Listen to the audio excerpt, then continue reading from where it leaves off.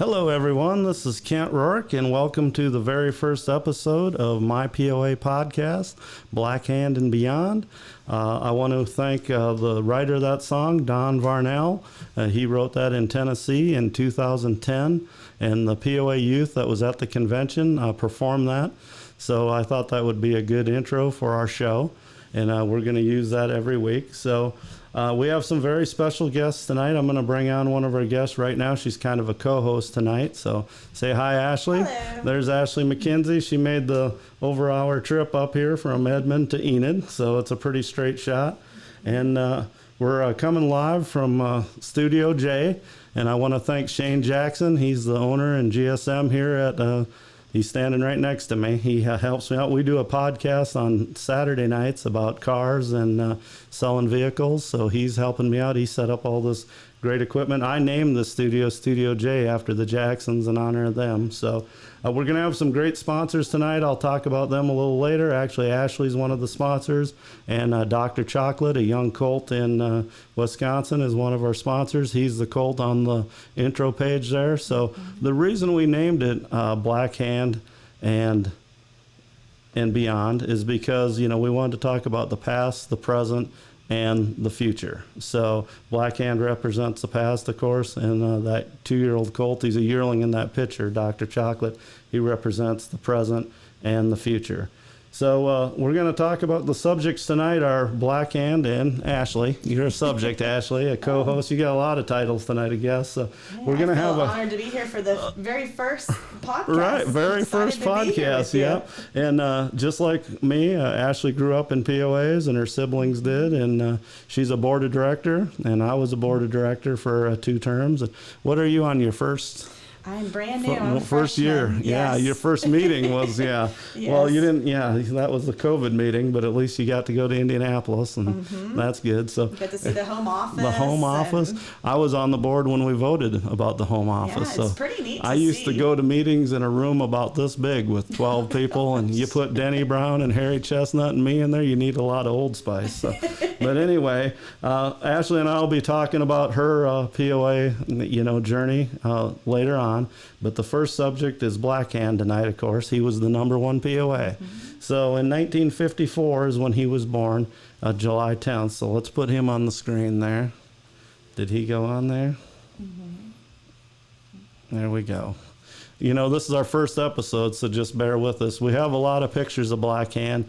Of course, he was the face of the POAs. So the story about Black Hand is he was a person in Iowa named Bud Droppy bought a couple Appaloosa mares, and they were unregistered. And that he wanted to breed them to a stallion, and he didn't own a stallion.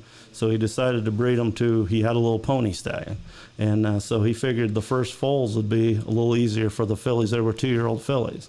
So he brought them to this little Shetland Welsh. It's kind of unclear now, 60 years later, what he was. But some people say he was a Shetland, but I say he was a Shetland Welsh cross, a pony.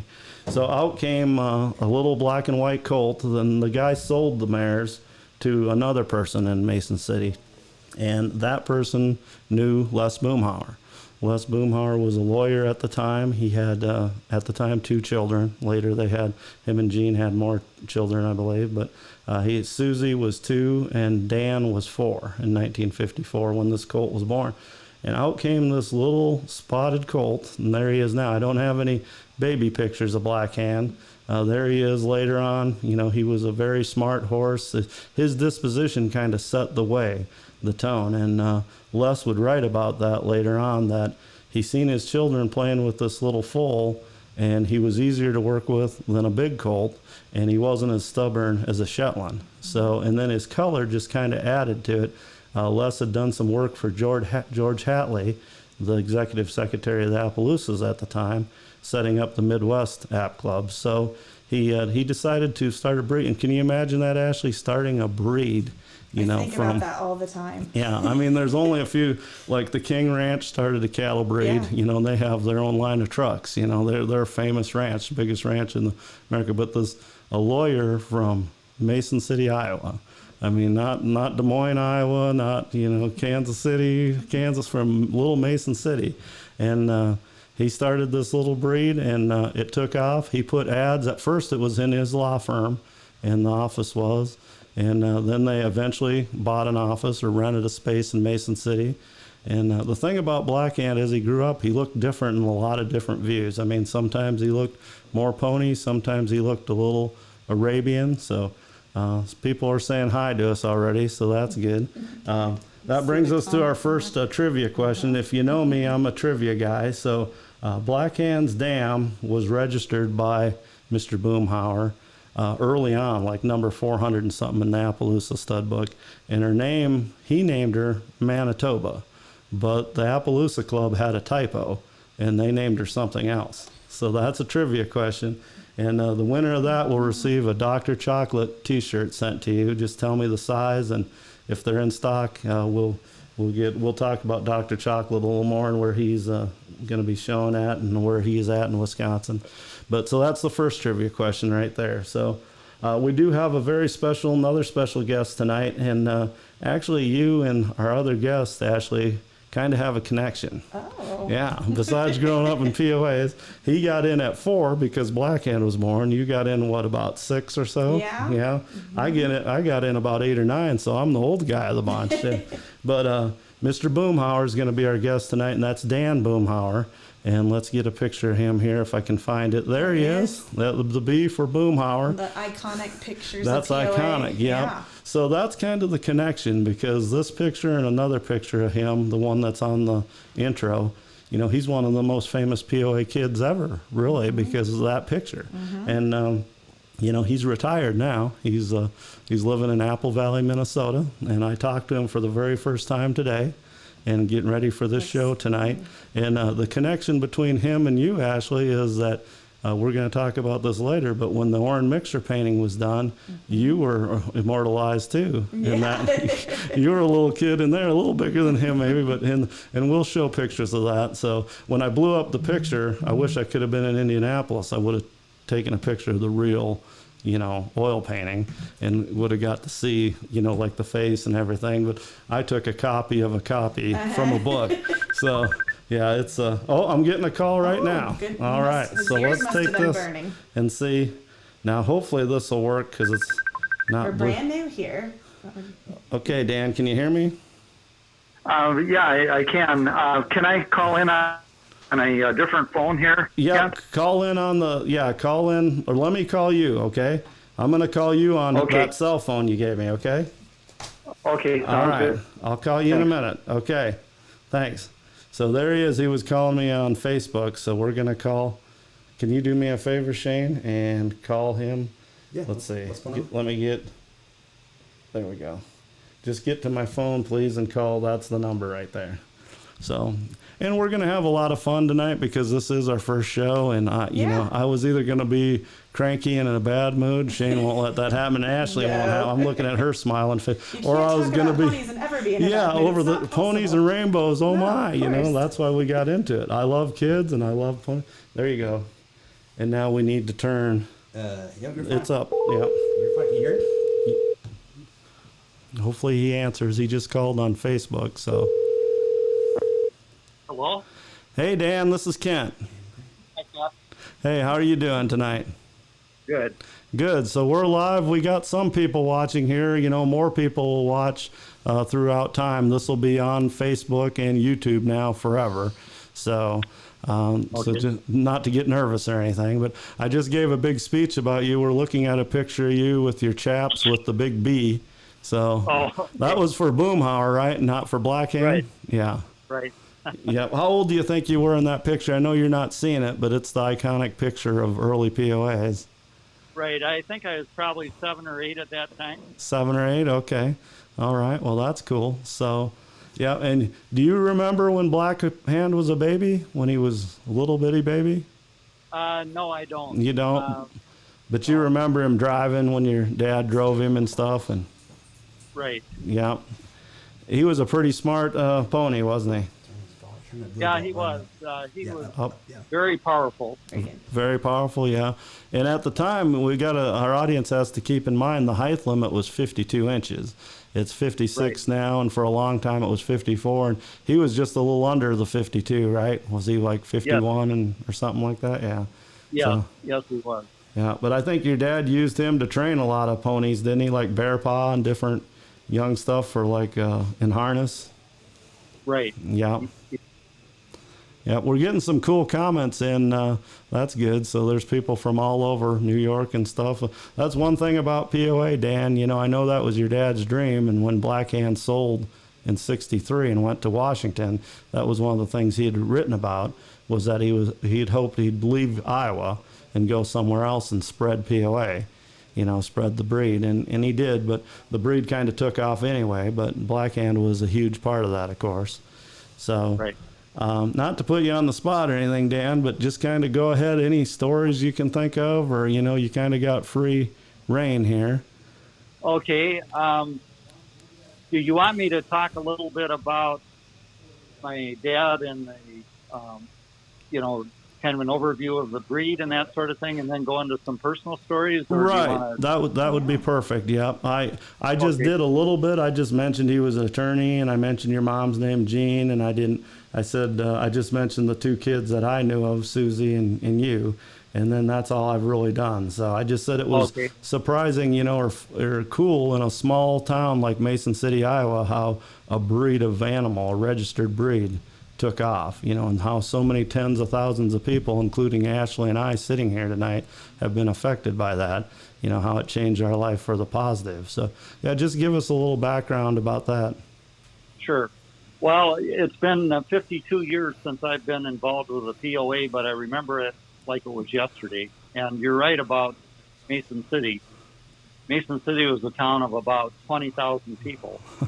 And my dad was always fascinated with ponies. In fact, when he was in grade school, he rode a pony to grade school and kept it at the local sales barn during the day and then rode it back home. And when he was 15 to 17 years old, there was a rail yard nearby where they shipped horses out east for different purposes, not dog food, but for working animals. And he was involved in that. And he became an attorney and was in private law practice for probably 20, 25 years. And then he became a judge for the last 13 years. But during that whole time, his real interest and passion was the pony. And in the early 1950s, he bought the unregistered mare Manitoba with Appaloosa characteristics, and that mare was in foal. And the sire was a Shetland, and the colt that was born was Black Hand. Okay. And Black Hand got that name, and Kent, you did a great job writing the history of my dad there. I've got a Thank copy you. of that. Thanks. But Black Hand was named that because he was a leopard pattern. He was white with black spots, but on his flank was a series or some big spots that looked like a hand. So that's how he came up with that. We're looking name. at that right now, Dan. Our viewers are looking at that. Yeah. He kind of had a lot of big spots, and then he had that pattern that looks like a hand. Yeah. Right. And my dad came up with the idea that he'd like to see an intermediate-sized pony for kids between, 7 and 17. There were Shetlands, but they were too small, and horses he thought were too big. So he wanted to come up with an intermediate-sized pony, and Black Hand was really the inspiration for that. And that picture that you're viewing, that actually was me when I was 7 or 8 on Black Hand, and it was in the New York Times newspaper. Wow. Because they thought it was such an interesting idea to have a pony for kids and so forth. Right. And it was America's first pony breed, right? Registered pony, I believe. I think so. Of course, the Shetland breed was around before, but it was anyway. from England. Yeah, it was. Yeah. Yeah. So he, along with some friends, started the Pony of Americas, and they developed the breed standard. And the breed standard was that it was a cross between the quarter horse and the Arabian with the Appaloosa color and characteristics. And the reason that they did that was they liked the Arabian features in the face, the dish face, the pop eye, and then kind of the fine legs, but they liked the performance standards of the quarter horse in terms of the power and that sort of thing. So it was kind of a hybrid that way. And he wanted the size to be between 46 and 52 inches at the withers. And he really strived to keep tight breed standards while he was involved in the POA. But one of his big frustrations was a lot of breeders had ponies that were maybe a little bit over 52 inches, so they wanted to change the standard to accommodate their animals. Right. And eventually, I think the height went up to 54 inches and then ultimately 56 inches. But he wanted to strive to keep a difference between the pony and the horse and not have that merge. He wanted it real unique, yeah.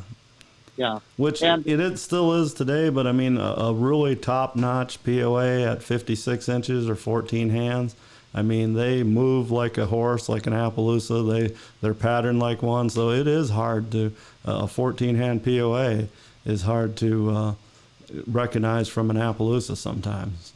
So, right. but, you know, we can talk about that all night too, about the 52 and the 54, but you know, more families and stuff join later, and then the more adults. Now adults ride. I know that was different then. It was supposed to be all for kids, but now it's become kind of a family thing, which he kind of wanted too. He wanted a family deal, but just the shorter, you know, more of a unique pony. Right. But I mean, you should be proud. Your family should be proud, because what did happen, I mean, like I say, there's a lot of horse equestrians, you know, now too, that grew up in POAs.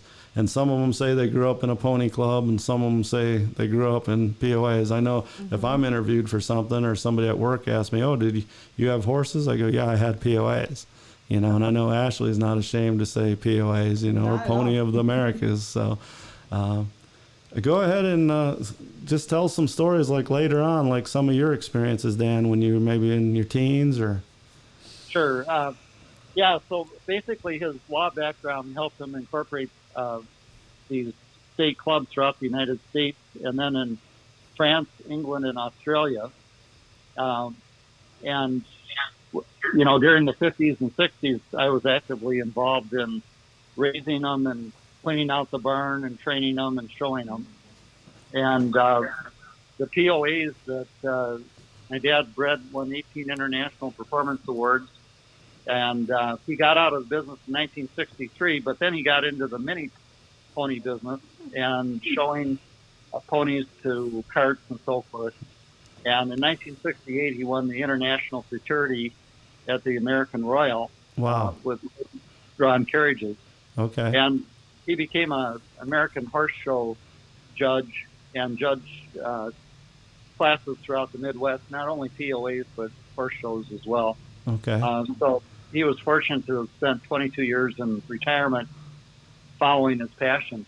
Right. But in terms of some stories and so forth, if you're interested in that, I was responsible pretty much for all of the operations because he was an attorney, and we lived on a 16-acre acreage called Memory Lane Ranch outside of Mason City, Iowa, and we housed some of the ponies at my dad's first partner's farm, which was 40 acres, and then another farmer who had 160 acres where we hauled out hay to them in the blizzards and all that sort of thing. But we typically had about 36 ponies at any one time. And interesting anecdote, his horse partner was a guy by the name of George Barrett, who was a pioneer aviator in Iowa, and he was a pilot instructor during the Spanish-American War, and he flew Jenny biplanes, and he was in his late 70s when I knew him as a kid, and he helped me clean out the barn and told me stories about his flying days. He actually knew Charles Lindbergh before he made the transatlantic flight to France. Wow, I didn't know any of that till tonight. I feel like I'm a pretty good POA historian, but I didn't know that. I knew George Barrett, knew of him, in that he was, didn't he work for your dad as like a legal Well, yeah, George had a grocery store business. Okay. And then he was my dad's primary horse partner. Okay. But his airplane ran out of gas in northern Minnesota and crash landed in the trees. And Lindbergh helped him get it out of the trees. And George towed it back to Mason City behind a Packard car Wow. through the Twin Cities on a Sunday morning, way back in the day. That's before I-35. Yeah. So one of our big things was building a good horse barn. We had kind of a small one at first, and my dad went around to all the different horse operations in Iowa and so forth, and tried to look at how they were run. And he picked the best ideas, and he built a barn that was 32 feet wide and 120 feet long. And we had 5 10 by 12 box stalls and a heated tack room and office, a concrete area for washing the ponies with hot and cold running water, and an overhead grain bin with a dispensing chute, and then a hay loft above the stalls where I could drop the hay or the bedding into each stall. That was like a dream come true there, wasn't it? Yeah, and the stalls could be converted to tie stalls that would each hold 3 to 4 ponies with a partition between them. Wow. But basically, in the spring, it was always fun to see the new foals. We weaned them at 3 months and then began the training process. First to lead after being weaned, and then at age 1, we broke them to the cart. And then at the age 2, we broke them to ride. And he used the lounge line a lot during the training process. And when it was time to break them to ride, I was the rider. And he had a line on the horse while I rode. And we showed extensively in Iowa, Minnesota, and Wisconsin, primarily in Western Pleasure, Indian Costume, and at Halder.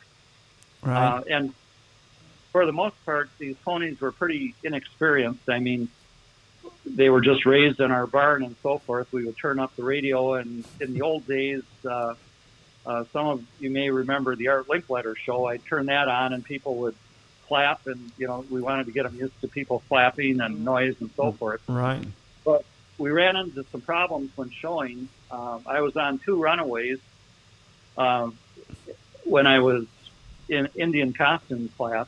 I got my costume from the Boy Scouts, and here I was, about a 8 or 10-year-old, wearing size 13 moccasins and a chest plate and the headgear and all the makeup and so forth. I was probably the only blue-eyed Indian in the group, but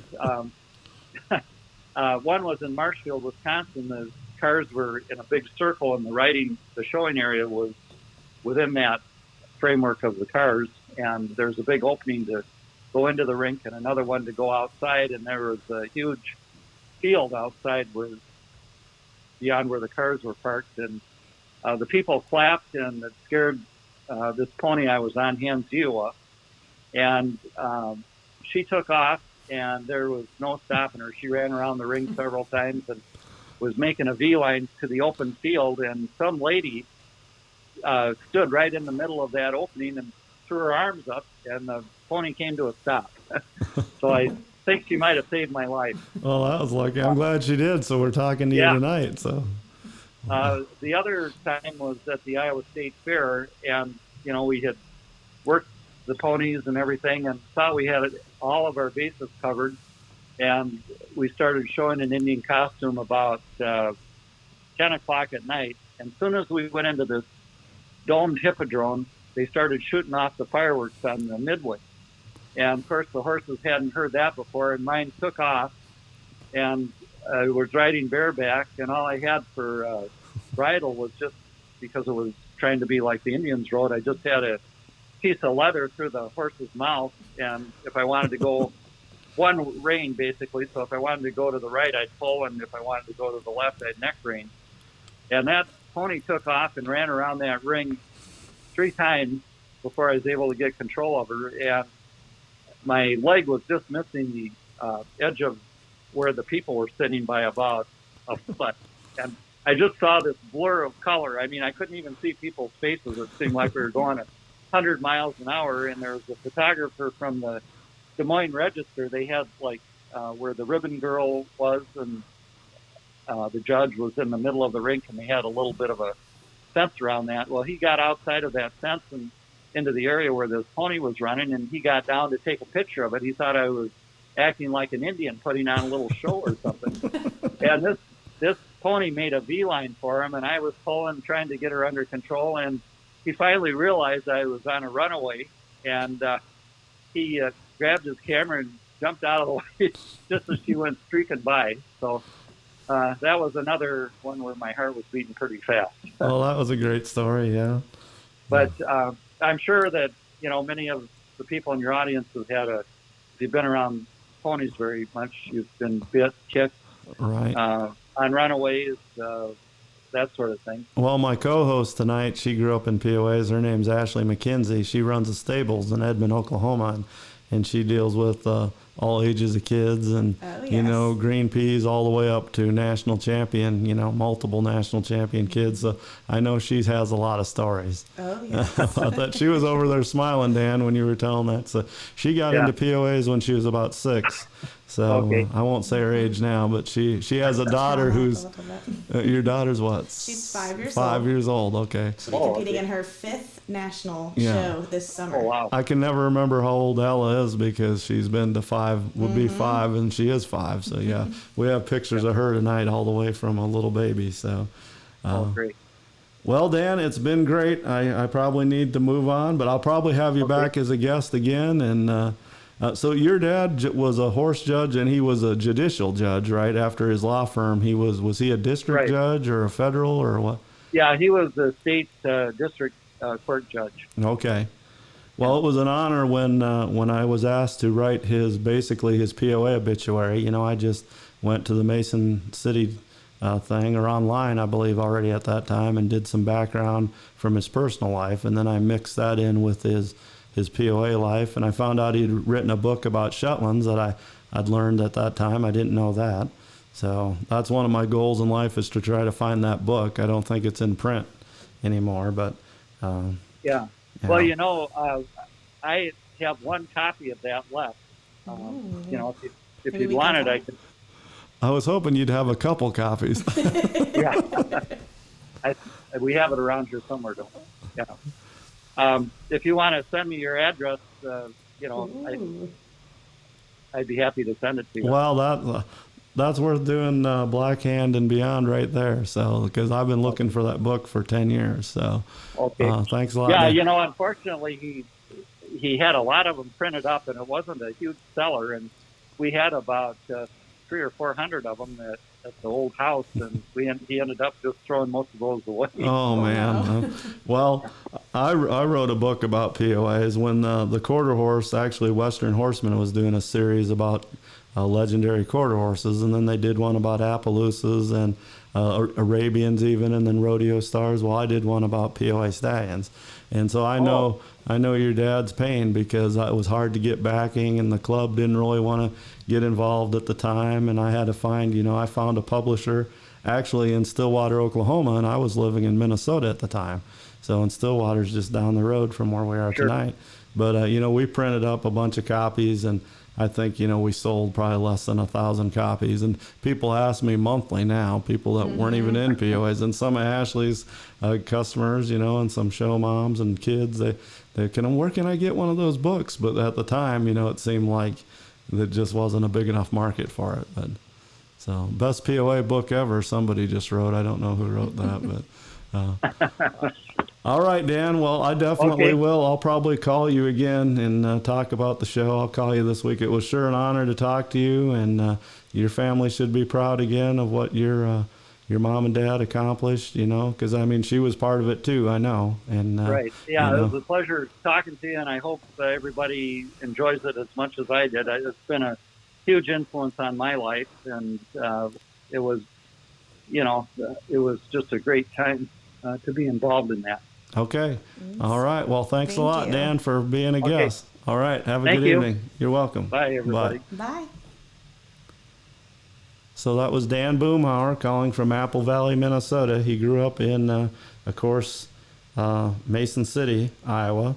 His dad, Leslie Boomhauer, we all know him as Les Boomhauer. I actually got to meet Les a couple times. I've never met Dan, but and this is the first time I've ever spoke to him Cool. live. And you got some swag. Oh, You're I gonna got get some that swag. book. I'm That's gonna go very home tonight and exciting. clean off a spot for I that. know. You're gonna be sending that address out as I fast as have- you can. I'm not bragging, and I won't give out my address because some horse nuts would go. But I have a nice collection, so that's what I use some of my commission selling cars for, is buying horse books. There So you go. that's one of my I passions. wonder if so. that family ever thought that what they started would last this long and have such an impact. Right. I You mean, know, and that we'd be Like sitting. from a one kind of random cross of horses. Right, and I mean, you talk about a cross. It was a Shetland. He wasn't registered. Later, Yeah. they did breed that mare, and I have pictures of that.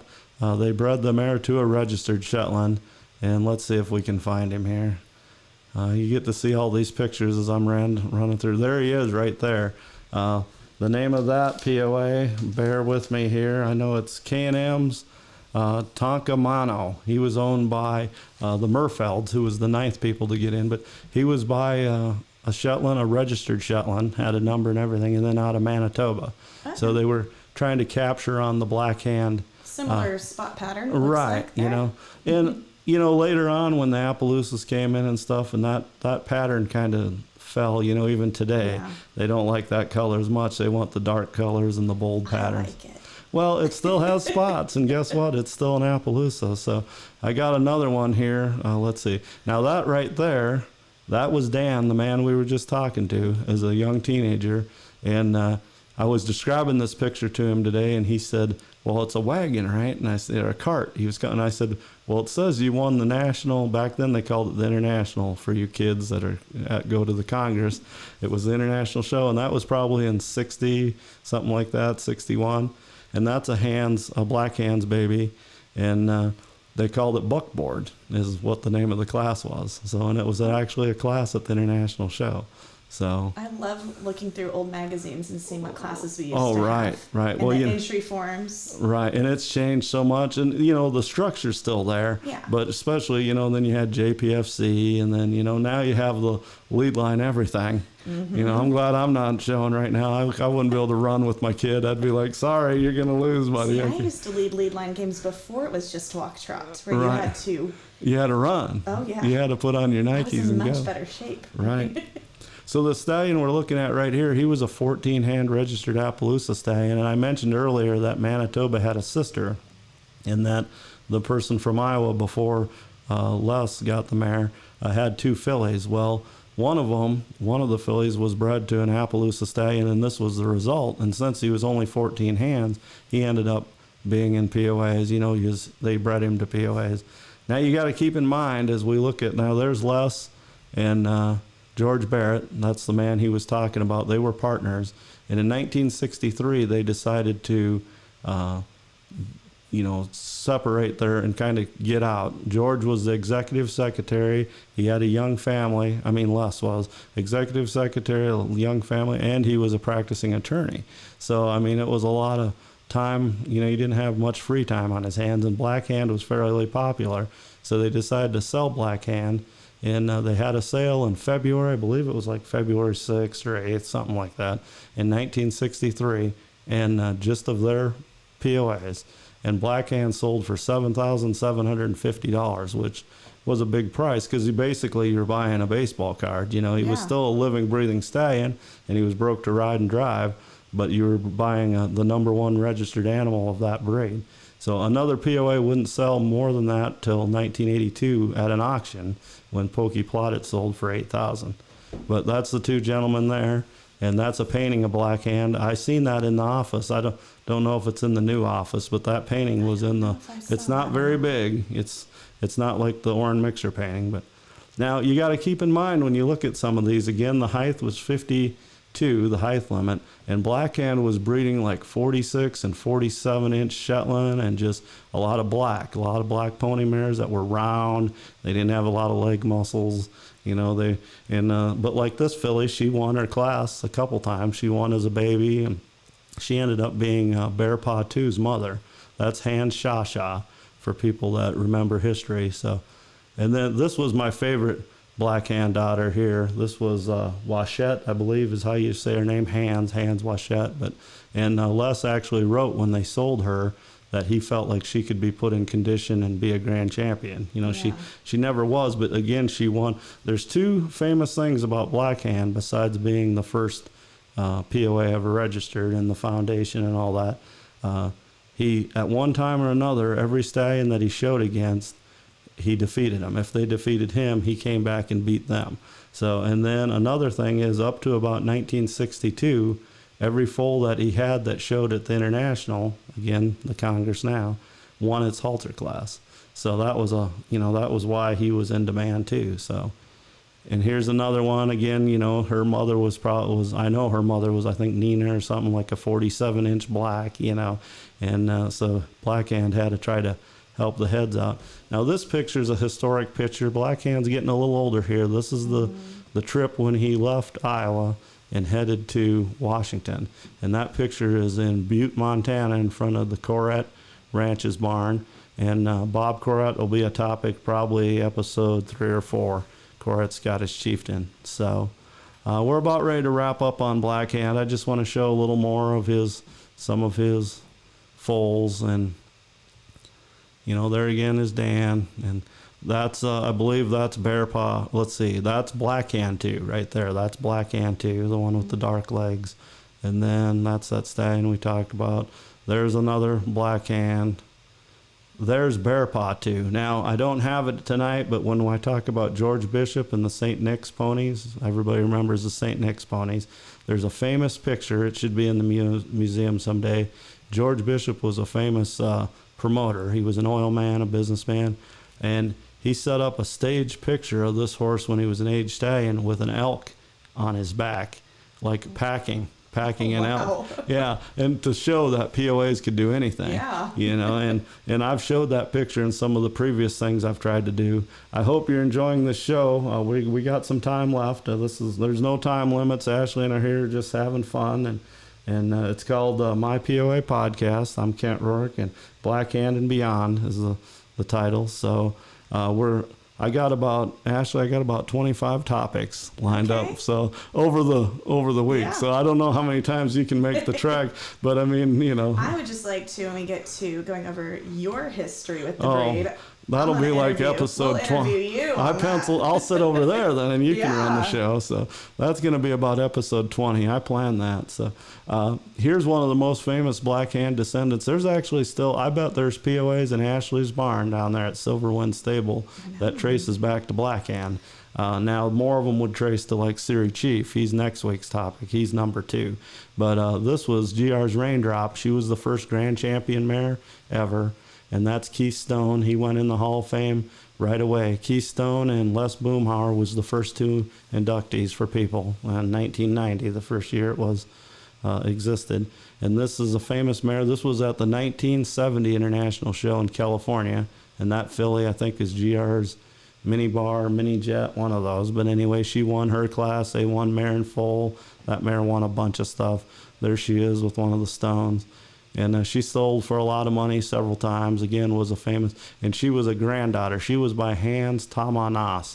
They like those Indian names, and that's just what they were trying to set. That's why he wanted to keep it a pony at 52, because he wanted it something special and like that. And it's still special at 56. Don't get me wrong, but it's. I feel like a lot of the apps have gotten bigger, and they don't have color anymore to show. Right, so there is still that unique difference. And quarter horses are paints, and paints are quarter horses. I mean, confusing. Things have changed, And I wrote in my book, and this will be a topic too, but when the Appaloosas were around with Native Americans and Indians, in the 1800s and stuff, and quarter horses, you can watch an old Western and they'll talk about steel dust and quarter horses from the 1800s. But it's kind of funny that, the Appaloosa started the club in 37. Quarter horse, AQHA in 40.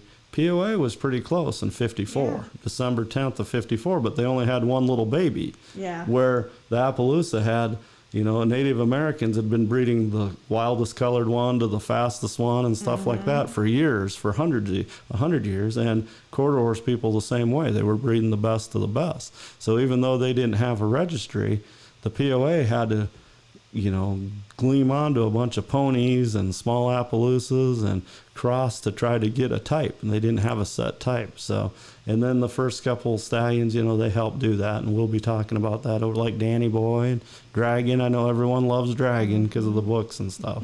So, well, we're gonna wrap up. There's a famous picture of Black Hand. That's one of the really good ones. He was pretty mature there too. And you can see the So- black hand pretty distinctly. There you can Looks like see a little it. black foot too. Yeah, and I know some halter people would like to have that top line. Maybe not that build, but look at that top line. His withers is higher than his hip for sure. So, and there's the famous. That's the one that was in the New York Times right there. So that's Dan. That was our guest tonight. So. Okay, I'm going to talk about some sponsors, Ashley, really quick. So go ahead and because we're going to start talking about you. So after that, so our sponsors tonight are Ashley's actually a sponsor in her Silver Wind Stables, and I know she's pretty full up. But if you ever need some stuff, or if you need guidance or whatever, just call her, and she might have an opening. So how many ponies you got down there? So I was trying to count because I knew you were going to ask me that before you came. My mom and I have barns a mile from each Right. other. Kind of filled her barn up and filled up another barn too. Right. Between the two of us, we have easily 100 POAs. Wow. And we don't, not that we own, luckily. That Well, yeah. We have many families. Right. You have many Probably families. At least 60 families that are Right. into the POAs. Okay, that's cool. Well, we're going to dive into that a little more, but I just wanted to, again, the song tonight, I hope you like that. That was a blast from the past now, 10 years ago. And I know probably you have customers that never even heard that song. And I hope some people that were singing on that are watching tonight. And we have 117 hearts and 28 thumbs up. So hopefully we got one person crying. Hopefully it was good crying. So, and anyway, so our sponsors, like I said, is Silver Wind, and then also Dr. Chocolate is one of our sponsors tonight. He's a young stallion. He's actually 2 years old. I just love his pedigree. The dude's got a cool pedigree. He's just 2 years old. He won the International Futurity last year in Illinois. So he's not going to stand at stud for a while, but he was bred by, hopefully I say this name right, but Seehafer, is that how you pronounce it? Nikki Seehafer, Performance Horses. It's Jesse, Nicole, and Bianca. And they're from Marshfield, Wisconsin. And did you notice tonight Dan mentioned Marshfield, Wisconsin? Ah. Yeah, and one of our sponsors is the colt right next to him was born in Marshfield, Wisconsin. And he mentioned that about the fair there or whatever. So he'll be standing at stud someday, but he's just a 2-year-old now. Nikki's going to put him on the rail with some people and promote him and show him in halter too. I respect that very much, trying to halter and do, because that's what POAs is, and that's what Les Boomhauer saw, like cart, and now it's, whatever. And now we have lunge line and stuff, and I understand all that. But if you can do a lot with the POA was supposed to be versatile. And okay, it's 50, 6 inches, that's okay. We have 40 and over classes or whatever, that's fine. We have to adapt to survive, and we change our whole life. We're still super versatile. Right, we're And still even super versatile. Adding new events as they come into the Right. industry. I mean, in too. some families, you can't afford to have a 4-horse trailer with 4 different POAs. I know people, that they just, they showed all summer and paid their Amex card off in the winter, and you didn't see them. They came to the one banquet, or whatever, and they had one of those great POAs, but they had 1 or 2 POAs. Well, that's kind of the fun thing, those of us that have POAs, we love going to a barrel race, Right. and then we go to our 4-H show or a hunter jumper Right. show on the same horse that can compete well in all of it, and it Right. just blows people away that Right. like that horse can't run barrels. Like, That's still the best absolutely. advertising for POAs is, you need hands to down. support POA because we got to keep the home office going and the stud book and the registry. But we also, if you can branch out and show other places, because it never fails. People come over to your trailer Constantly. afterwards. And I have some stories like that for some of our next episodes where people got into POAs because of that at fairs or the Tulsa State Fair, so.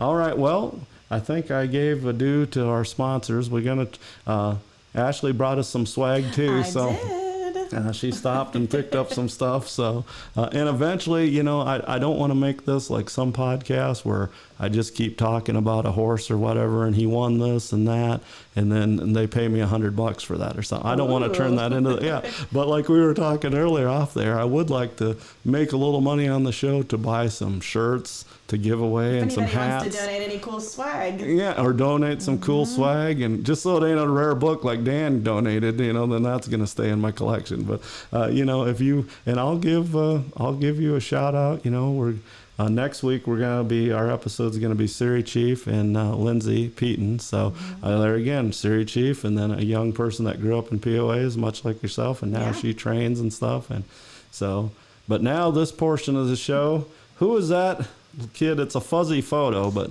who is that there? Is that you? Well, rumor has it that is what Mr. Mixer said. I'm not sure if he had promised other kids the same Right, thing, he too. might have told everybody that. But I mean, I'll take it. He didn't tell me that because I never jumped in my life. So, speaking of Mr. Mixer, Orrin Mixer, there he is.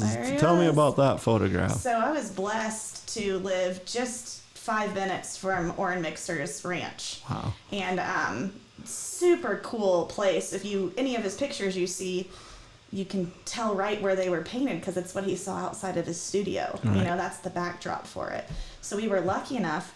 He did a lot of research for this painting. Okay. He traveled all over the country going to see different He did. patterns and everything on to really get a good feel for it. So Right. he invited us to come to his studio multiple times. Okay. And that was so neat to see. I got to see the painting as it was progressing. Right, that'd be cool. The depth of it when you see it in person Right. is absolutely unbelievable. That's what hit me the first time I seen it when I went out to Indianapolis was, the brush strokes and the, just the depth of Almost, it. it comes out. It's Right. The eye of the two stallions, I guess they're stallions, but the two big POAs there, the eye is just so realistic. And of course, I grew up looking at all kinds of Orrin Mixer paintings, and then I've been to, it's funny, the AQHA Museum in Amarillo, I've been there a couple times now.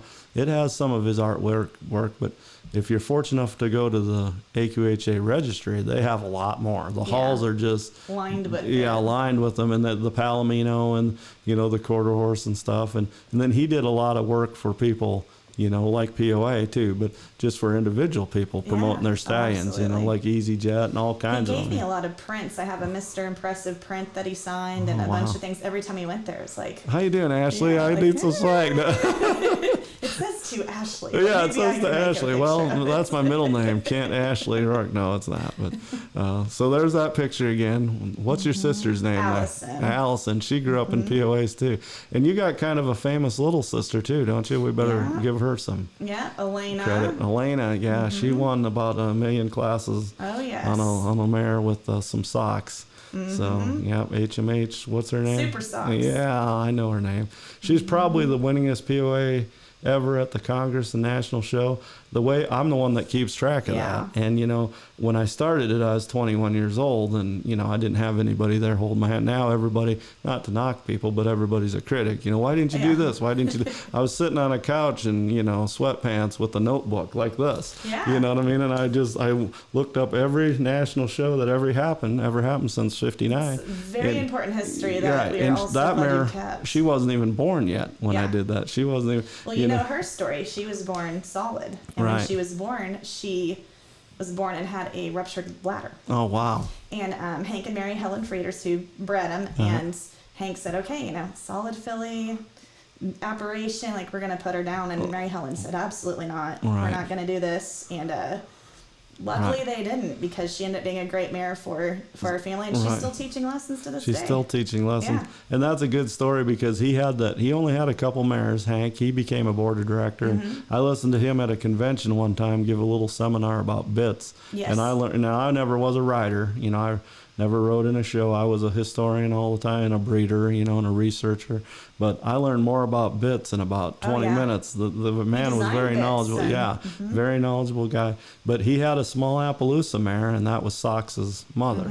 And because she's got some famous siblings too. She won the most, but Yeah. I have records that Tudor Bars won 59, and then classes at the International / Congress. Then the Crisco Kid won 60, but I'm pretty sure she's won more than that now. I'd have to. Yeah, Elena started riding her. She was 7 or 8, and she rode her whole show career. Right. And kind of threw her on there. She had Beaver's Best Yet was her first great pony. Oh, right. And he passed away when she was 7 Oh, after she'd wow. been showing him. And Socks is a little bit of a powerhouse. We weren't quite sure how she was going to handle. Allison had been showing her. Mare was fast gamer, and here's this little bitty girl. And Socks took great care of her. Yeah. I mean, it was a learning curve a little bit, but Right. she won High Point 8 and under when it was 8 and under, through 9 through 12, and 13 through Right. 18. Yeah, they just kept going. Consistently, yeah. Yeah. And the cool story that brings us together a little bit, our families, is, she was a famous show mare, and sometimes when you go to breed famous show mares, it doesn't work. Yeah, you They never know. usually throw 1 or 2 good ones, but they don't have a baby every year. But your mom made the decision, I guess, to breed her, and she only bred her once, right? Yeah, Only, and we shipped semen from Minnesota down to from Kiddo Tough, and my family bred him, and then he went away for a while, and when he was 16, we bought him back, my brother and I. And that was one of the first things that happened was she called her and Buzzkirks. Both Yeah. shipped. I think that was Lammer's 410 or some mare like that. And anyway, Captain's the result. And I know the modern people that are watching, if you've been in POAs the last 10 years, you know who he is. So what's his registered name? The Caribbean Kid. I didn't mean to put you on the spot. No, I was like, why didn't I can't remember Well, that. I just said Captain, but yeah. So. We named him Captain after my grandfather, Right. who had passed around the time. And But when I yes. do a Kiddo Tough episode, we'll have pictures of him. Yeah, and I am a little he's still short. out there showing with a new family and a new little girl. And Right. We just won a High Point this past weekend. There's the mare we were just talking about, right? Yeah. That's Socks right there. And that's my sister Elena, Yeah. lead lining, and then that's my little girl Ella, All right. and she was 1 in She that was 1 in picture. that picture. Yes. Yeah, isn't that something? So that kind of brings us into, go ahead and tell me the story about how your family kind of got into horses and then, of course, Yeah. POAs. And I'll sit back and drink some water. So go ahead. So we moved here from Simi Valley, California, 89 or 90. My brother was born in 1990 in Oklahoma. And when we moved here, my mom, who grew up with horses, said, if we move to Oklahoma, we're going to get horses. It's already in the The plan. rest is history. So I Yeah. was 6 years old, and I went to my first riding lesson at a place called Ponyland. And of course, I loved it. And my mom asked me afterwards, she said, so do you want a pony? And I'm like, I'm a 6-year-old girl, duh, I want a pony, Right. of course, Right. And because this was a few years ago and we didn't have Facebook or really the internet, we got in the classifieds in the paper. And we found 3 places we went to go visit and look at horses. We didn't have Right. anything really in mind other than just something that was our family's first horse. Right. And we ended up at a place and they had 12 horses tied up in a pen. And my mom said, okay, well, let's pick one. I got a selection here. And we ran around and we picked one out that was spotted. She kind of looked like this mare here, out of Socks here. Right. Just a little more flaxen mane and tail, had little snowflakes all over. And we called her Snowflake. And borrowed a trailer, got her back to Ponyland, and started hitting the local open shows. And you And, guys were renting from Ponyland at that time. Yeah. We had still great friends with the owner of Ponyland, and Okay. they did birthday parties and little kid riding lessons. And we went to a show, and someone came up to us and said, "Hey, that's a good-looking POA." We're like, "A what? What's a POA? Yeah. What's that?" And they came out and got our hardship registered, and there was a couple other ponies at Ponyland that qualified for registration, and Okay. we started showing and POAs, and Is Ponyland in Edmond? it was in Edmond. Was it? Okay. Yeah. All right. And since then, years 93, I believe, my parents bought our boarding stable, Stonehenge Okay. Acres, Okay. and then it just. And I wouldn't ran even want to on. guess how many kids your mom has had at that stable. I mean, hundreds. Yeah. She's been very POA focused. The whole barn is. Someone's looking for a horse. Right. That is definitely. She's one of the biggest advocates Right. for the breed. And one thing, your mom and I, she's bought horses from me and stuff, and we kind of have a, love-hate relationship, whatever, it don't matter. But she's, she spent money on some of my horses and stuff. But one yeah. thing I always respected about her was she went to the national sale.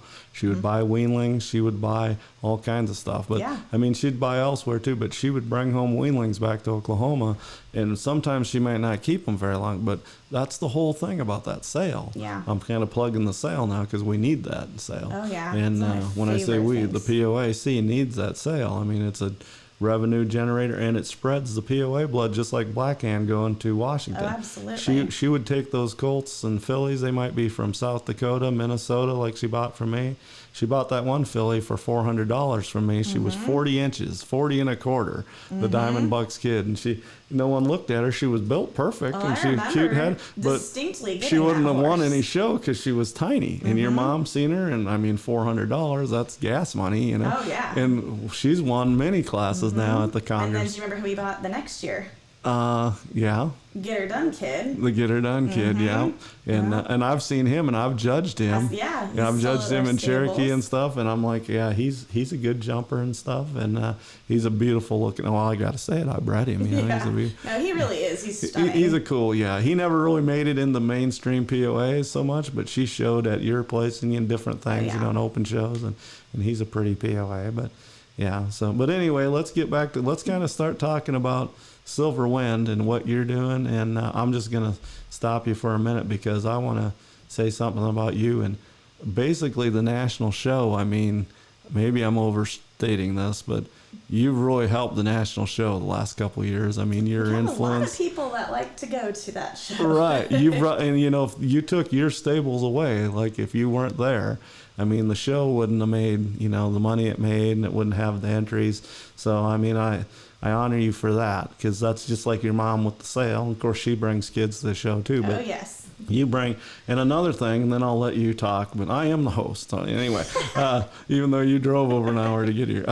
Another thing you've done that was ingenious, and you helped save some ponies' lives, and some of them were in good hands too, but you extended their lives. You went and found geriatric POAs, some of them. Yeah. I mean, and we, you know, and I don't know, some of them you didn't buy, but other people bought. But you have Copper Sundance, and some of them are gone now, I know. But Driftwood's Montego Bay, He's still going. and I got his Mr. street, Sunny Delight. Mr. Sunny Delight was a Uh-huh. famous grand champion, yeah, right? and Antigo are friends. Yeah, And and Rock Solid. Rock Solid. I remember him as a baby. I seen I him. always tell people, I said, you know, these are the horses I competed against in my youth. Right. And finally, they got old enough where I could afford You them. can afford them. Yeah, that's the thing. And That's give them another. a nice retirement Right. too.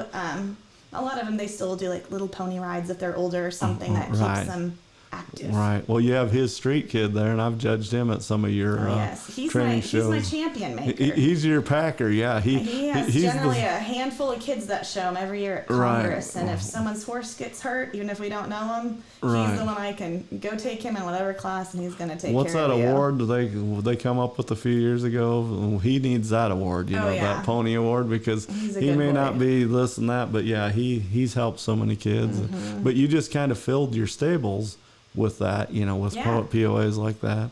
And how many kids do you have? I mean, maybe you can't say for tax reasons or something. No, how many kids that do POAs? Yeah. We're trying to count that up to, we have about 40 to 50 families 40 that to are 50. own POAs or lease POAs. Okay. And All right. and they kind of do a variety of things. I have some that go in rodeo mostly and will come to a POA show every so often. Okay. Some that go and do the hunter jumper stuff. So Right. It's kind of varied. I'm going to scroll through here as you're talking and just, What's you know, LH2 there she is on Peekaboo Street. Another Yes, one my another family, actually I raised her, yeah, but she was Very a cool POA. distinctive. Yeah. Yep, she's a lesson horse at my mom's barn. Right, still. your mom still has her, so, and then there's Copper Sundance, yep. Do you know how old he is this year? Yeah, I do know how old. I Yeah. actually, there was some people sitting at a meeting, and they were all wondering how old he was, and it was, I'm gonna draw a blank on her name, but Dale Rigg, and you know her name.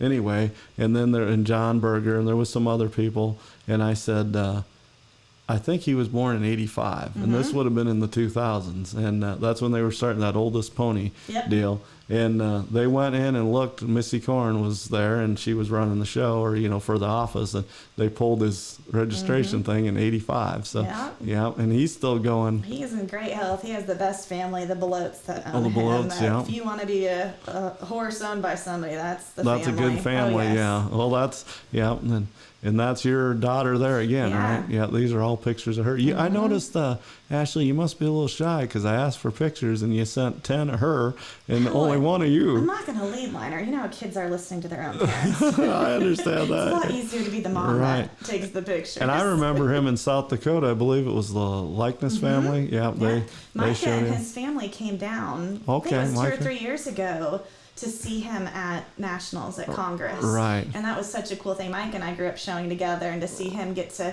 see Right, his see. old pony and Yeah. introduce to his kids. I mean, And not look trying at to that embarrass color. Micah, he grabbed him and kissed him right on the Oh, face. cool. Well, he should. Well, he Yeah. has that iconic tail. It's not a fake tail. That's there. not a fake tail. or He's got some good hair on him. Yeah, and look at that color. I mean, he didn't so he roll would have been out. 30.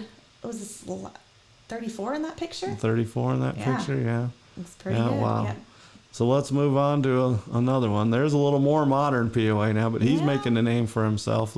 Is his name RM's Hollywood Gold? Is Hollywood that it? Red. Hollywood Red. Yeah. Not, Good he's old not red. gold. He's red. Yeah, he's kind of shiny. He was bred by Rodney Miller out in Ohio, and he's put together too. He's a modern day POA, but I mean he's getting some age on him now too. Ain't he? Yeah, I think he's 17 or 18. 17 or 18. I remember him as a yearling. I remember Doc Nemers telling me about this colt that I don't got think a he colt. passed for color or something. That funny. They took him to a show as a yearling, and they had him all. They had somebody there to show him and But stuff. it's I nice believe having that's the LP story. testing now. You don't Yeah, have to worry LP. about Yeah, it. we're there again. You got to adapt and survive. You know. So Yep, she got to show by herself 4 years old this Oh. past year. okay. Well, Well, that was her right 7. there, yeah. Yeah. So that was, yeah. I didn't want to make the show all about her, so but I did put quite a few pictures. So, well, anything else you want to add before I start talking about some other stuff, wrapping things up? We've been on the air for over an hour, so Hey, you're doing pretty good. We did good. Hopefully, we didn't bore people. We rock solid. Somebody just put with 3 hearts. Yes. So Kay Swink, that's sorry, Kay. I mentioned Dale, but I couldn't come up Oh, with yeah, Kay. Kay. I was like the Virginia eye doctor, horse doctor. Grew up in Iowa with the Victors. I Kay think that's Swink. the thing about POAs that's kind of been the coolest is, like when we say a POA family, like it really is a POA family. Oh, yeah. My It's- POA people, I grew up with them more so than my own cousins, my Oh. own aunts and uncles. And Oh, me too. your shows are, they're a big old family reunion, Right. on all spectrums of it. People, And I know I've talked about this with my good friend Jeremy Stevens from Kansas, Mm-hmm. and he's got a great family. He's going to be a guest in a couple weeks with Jared Katzenberger. We're going to talk about prefixes, Okay, JN to yeah. JNJ, because Jeremy and Julie have JNJ, and of course Katzenberger's had JN, still do. But anyway, we've talked about how like you go to work and stuff, and even church and your life you lead, and then you go to POA, and it's like a whole different thing. Like when I was young and I kind of had jobs that I could get off work easy to go to POA shows and stuff, and people didn't know anything. They knew I was the pony guy, but they Yeah. didn't know anything about it, or they had no clue. And then I'd go and I'd feel like royalty, Yeah. all these friends and people slap me on the back, and even as a kid, but especially Yeah. as an adult, and it was just a different world. And he said stuff like that too, because it was just a whole different world, and it's just hard to explain unless you grew. Absolutely. And I didn't show like you did. I showed halter, but I didn't ride, because I didn't want to get embarrassed. But I wanted to. I loved it when I seen kids Hey, riding it's my not too horses. late, Kent. There's the adult class. Oh yeah, I might show showmanship if you just get. saying. I'm 48, so do 48 and over showmanship. I'm in. I can go down to Silver Wind Stables and take some lessons. Yeah, So it'd be nice and fun. But no, it is that big family atmosphere, and the cool thing is that my best friends still from showing POAs were your biggest competition. Right. People that you strived to beat or to win with, and I think that's very unique right. in the breed. Like I can't think of anybody I is. showed with that I didn't. We Right. didn't all get along in life. I don't want to knock quarter horses because quarter horses help build POAs. It's the look that it is today. It's not a pony It's just a anymore. different it's show It's a small atmosphere. horse. But the first time I went to a quarter horse show was probably '92, and I felt like you may be too young for this, Ashley, but Crocodile Dundee. That's what I felt like. I was like, good day, hi, and never everybody just was, kinda they were looking. just giving me dirty looks and brushing their spraying their peppies, like get out of the way, And I went there to see some friends, and I'm still friends with these people from Minnesota, great quarter horse breeders. But POA atmosphere is just different. Everybody, Yeah. it's like cheers. Everybody knows your name and hi. And people are so if a halter brakes, or I don't know how many times I was at a show yeah. and something happened, or somebody stalled next to us, and somebody'd come up and, hey, I heard you needed this, or show clothes, or and it. Oh yeah, absolutely. Right. And anybody watching too is considering that maybe hasn't gotten into POAs, is considering going to a show. You're gonna find a really welcoming group, especially if you go and introduce yourself. And Right. you know, it's intimidating not knowing the rules or this and Right. that. But like we all started, that Right. way. And you got to be patient with POAs because it is, I mean, you have to be a certain height, you Yeah. have to be a color, but that's what makes it so special and unique. I mean, you have to, stay within that. And then the rule book, is thick because of that. But there's so many opportunities, and you can breed them. And we have a big futurity still, and now the pleasure stuff. And I think reining's going to be the big thing again. Right, the ranch classes. Ranch classes big. are getting big everywhere, and POAs is grabbing onto that, and that's good.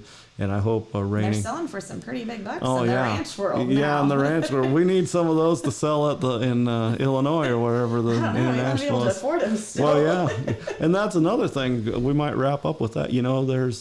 There's POAs selling, registered POAs selling for 20, 40, 100,000 now. At auction, not 115,000 private. last 115, January in yep, that Oklahoma leopard. City. And the bad thing is they're selling under bubble gum and Snickers and Snoopy or whatever, Yeah. and they have registered names, and they probably, some of them trace back to Black Hand for sure, Yeah. Siri Chief and Danny Boy and stuff. But you also can, like the Diamond Bucks kid and stuff, you still can go to a sale and buy a $400 baby that has registered papers, good bloodlines, a sound mind, and grow up to be like this horse right there. Yeah. Not that he sold like that, but there is POAs. We've had a lot. You have any? Like the- Doc's Rough and Tough, he sold for like $825, and Doc Nemers was already famous when he bought him. And the man that bought him, Dean Damon, I hope he's watching tonight.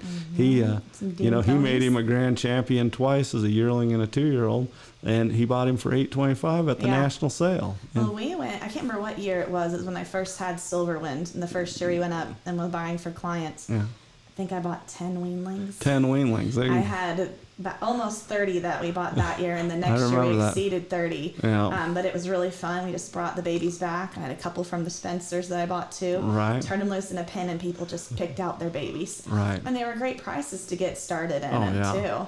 And you got people, I remember you got new people in because of that too. Oh, absolutely. That'll get non-horse people in because they see a pin just like you guys going to Pony Land or whatever all those years Yeah. ago, and Well, you just get foundered on it, And you kind of get an attachment to the breeder of those horses too. Like Right. you didn't, do real great selling us Diamond Bucks kid for $400, but we sure bought a lot of other Oh yeah, horses you bought from you yeah. afterwards because You bought we one of enjoyed them. them. You bought my highest selling one I ever sold. Yeah. So yeah, and and some work out and some don't. But that's what I'm saying. There's $10,000 POAs and more, and there's $1,000 POAs, and there's 5. So I don't want to scare away people. It's not Oh, all yeah. like some of Well, those they're POAs. easier to train too. Right. Some of those that sold for that kind of money actually didn't go back into POAs. They're Yeah. going to be, there's some in, Absolutely. I imagine they're in Jackson Hole, Wyoming, or ranches or private, estates basically, because they're good looking animals. But, there's always, we do need right now supply and demand for a while now. That happened to all breeds. There's going to be a little more demand than supply because it just, with the '08 bubble, a lot of people got out of raising horses. And, but it'll come back. I mean, POA has been around. Well, our first guest, I don't want to put him, but he's about 70 years old, and he was 4 years old when Black Hand was born. So that tells you that gentleman we were talking to who's in Minnesota, retired, he grew up in POAs. Yeah. It's been around. I mean, last year the show survived during COVID. I mean, they easily could have canceled that show. I'm so glad we I'm didn't. so glad they did. In the sale, I understand, and of course the sale has to compete against the internet and Which just is the whole. harder. Yeah, it's hard for the sale, but hopefully it bounces back this year. I mean, that started in '57, so that's a lot of tradition there. So, well, you got anything else to add about your family or your Thanks. I stables? do have some swag though. If you want to do a Yeah, little show me some. giveaway. What I'm gonna do is, because I can't see the names right here, so I'll probably just post it later. But go ahead if you want to grab some. Just don't trip over there. We got cords. Again, while Ashley's getting some swag there, I want to thank our sponsors. Dr. Chocolate, he's a 2019 POA stallion owned by the Seehafers Performance Horses from Marshfield, Wisconsin. And then Silverwind Stables, Ashley McKenzie in Edmond, Oklahoma. I want to thank Jackson's Auto family, Chrysler, Dodge, Jeep, Ram, and Shane Jackson personally. He's the GM here. And, you know, if you're looking for a Chrysler, Dodge, Jeep, Ram, you're going to be in Tulsa this summer. A lot of people showing horses. I can drive. I'm going to be there several days. So drive They've over. really hooked up POA in here. I know you guys can't see all of it, but it's pretty. Yeah, you see my retirement plaques over there. You see it when I got off the board? Yeah, I need to Nice. put that up behind me. So anyway, so we're about ready to wrap up. I just want to mention that Siri Chief is again going to be our topic next week. He was number 2. And I have about 25 shows scripted already. So, That's you know, I'm a awesome. POA nerd. So, again, I want to say thanks to Dr. Chocolate, Ashley and Silver Wind, and the Jackson's family and Jackson's Auto family. Thanks for Yes. watching, everybody. Thanks, Thank Ashley. you.